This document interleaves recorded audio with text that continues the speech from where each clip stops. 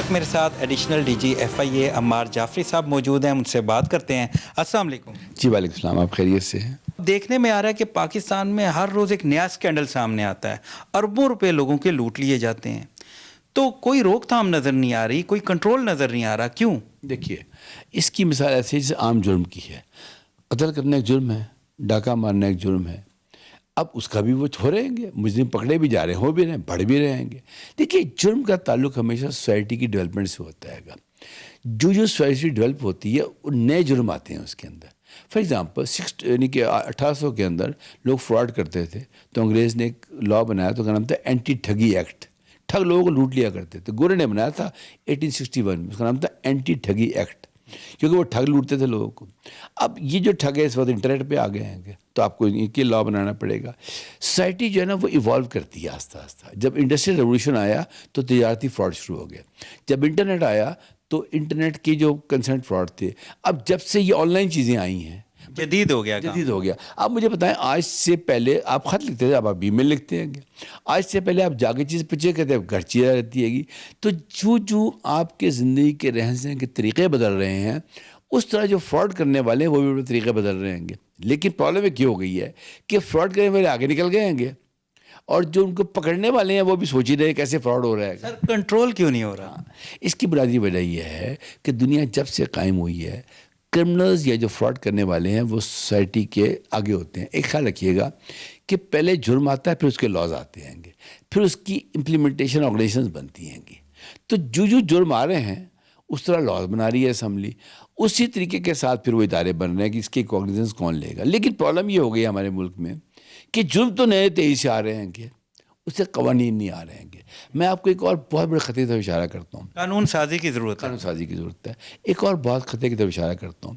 اب یہ AC لگا ہوا ہے، اس میں IoT لگی ہوئی ہے کہ آپ کے ٹی وی میں IoT لگی ہوئی۔ IoT کیا ہے؟ انٹرنیٹ آف تھنگ ڈیوائس لگی ہوئی ہے جو معلومات کو لے رہی ہے اور بھیج رہی ہے کہ کل کو کوئی ریموٹلی ہیک کر لے اس کو، تو یہ تو بالکل سمجھیں کہ آپ دنیا کے سامنے بیٹھے ہیں، آپ بات کر رہے ہیں، دنیا سن رہی ہے آپ کی بات یا دیکھ رہی ہے آپ کو۔ اب یہ جرم وہ ہے کہ جو آنے والا ہے اگلے 2 3 4 سالوں میں، تو ہونا ہی چاہیے کہ جو ہمارے سینیٹرز ہیں، ہمارے جو MNAs حضرات ہیں، وہ بیٹھیں، سنیں ٹیکنیکل لوگوں کی باتیں اور ابھی سے ان کے لاز بنائیں، تاکہ جب یہ جرم شروع ہو تو لاز مجھے تو لوگ پکڑے جائیں۔ اب ہمارے یہاں ہوتا ہے کہ لاز چونکہ بہت دیریں بنتے ہیں، اس سے پہلے لوگوں کے لاکھوں اربوں روپے لٹ چکے ہوتے ہیں گے، تو لوگ نا امید ہو جاتے ہیں۔ جو آپ کا سوال تھا پہلا وہ یہی تھا کہ یہ کنٹرول کیوں نہیں ہو رہا؟ کنٹرول اس لیے نہیں ہو رہا کہ لا لانے کی سپیڈ بہت کم ہے، جبکہ جرم نئے طریقے سے کرنے کی سپیڈ بہت زیادہ ہے۔ فراڈ ہوا بھی حال ہی میں، سلمان میمن نام کا بندہ ہے، اس نے اربوں روپے اس شہریوں کے لوٹے ہیں، اور کسی نے 2 لاکھ دیے، 1 لاکھ۔ ایک پیج ہے جس پہ وہ رجسٹریشن ہوتی ہے، کچھ پیکیجز لینے ہوتے ہیں، اور لاکھ کے قریب لوگوں کی رجسٹریشن ہو چکی ہے اور اربوں روپے کا فراڈ ہے، اور 5 متاثرین سے میری بات ہوئی ہے۔ اب ان میں سے موسٹلی لوگ، میں نے پوچھا، کوئی FIA کے پاس نہیں گیا، تو یہ سستی ہے، بالکل ہے، اور فوری طور پہ FIA سے رابطہ کرنا چاہیے۔ اچھا، سستی کے علاوہ کچھ لوگوں نے جو پیسے کمائے ہوتے ہیں اس کا وہ ٹیکس نہیں پے کرتے، وہ کہتے ہیں یہ نہ پوچھنے پیسے کہاں سے آئے تھے۔ تو یہ جو ہے نا انڈر گراؤنڈ اکانومی، اس کی جو میکینکس ہے وہ یہی ہے کہ جس نے فراڈ سے پیسے کمائے ہیں، اس کے پیسے کھو گئے، اس نے کہا میں جاؤں گا تو وہ یہ دیکھا۔ اکثر گورنمنٹ جو ہے وہ ایمنسٹی اسکیم لاتی ہے کہ نو کوشچن، اس لیے ہوتا ہے کہ اگر آپ نے پیسے پوسے بنا لیے ہیں تو بجائے مٹکوں میں رکھنے کے یا آگے پیچھے رکھنے کے، وہ بینکوں میں جمع نہیں کراتے، اس کو آپ اس اسکیم میں لے کر آئیں۔ جی اچھا سر، مجھے یہ بتائیں کہ اب حل کیا ہے؟ کیسے FIA کیا کرے، کیسے روک تھام ہوگی، اور عوام کیسے بچے ان فراڈ سے؟ دیکھیے، پہلی بات تو عوام لالچ کرنا چھوڑے۔ میں آپ کے پروگرام سے میسج دینا چاہوں گا، there is nothing free in the world. کوئی کہتا ہے کہ جی آپ کی لاٹھی نکل آئی، کہنا ہے اچھا بھائی تو رکھ لے پیسے، مہربانی کریے۔ پہلی بات تو یہ ہے کہ مجھے بتائیں جس کی لاٹھی نکلی ہے وہ کیوں پیچھے پڑے گا آپ کے؟ چلے آپ مان لیں 2 منٹ کو، وہ جو ہی کہنا اچھا 6,000 روپے بھیجیں کیونکہ یہ کام کرنے ہیں، تو آپ کہتے تھینک یو ویری مچ۔ پہلی بات۔ پھر کبھی بھی سیل فون کے اوپر رلائے نہ کریں، کیونکہ سیل فون تو سم لوگ لیے بیٹھے ہیں گے۔ آپ کہ جی مجھے بتائیں آپ کے آفس کا نمبر کیا، میں خود کال کرتا ہوں آپ کو، اور لینڈ لائن پہ فون کریں ہمیشہ۔ اگر وہ انسسٹ کرے تو آپ اسے کہیں، وہ کہہ جی میں فلاں محکمے سے بول رہا ہوں گا، میں وہ بڑے خطرناک محکموں کے نام لیتے، لوگ ڈر جاتے ہیں۔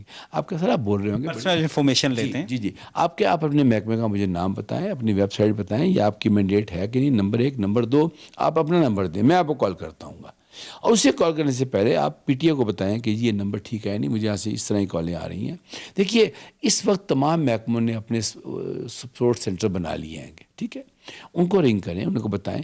ہمارے یہاں پرابلم یہ ہے کہ ہم فراڈ ہو جاتا ہے فراڈ، یا وہ روتے پیٹتے رہتے ہیں، گھروں میں بیٹھ جاتے ہیں گے، یا وہ بس سوشل میڈیا پہ چھوڑ ڈالتے رہتے ہیں. لگتا ہے فراڈ بہت ہو رہے ہیں گے، پکڑے نہیں جا رہے لوگ نا.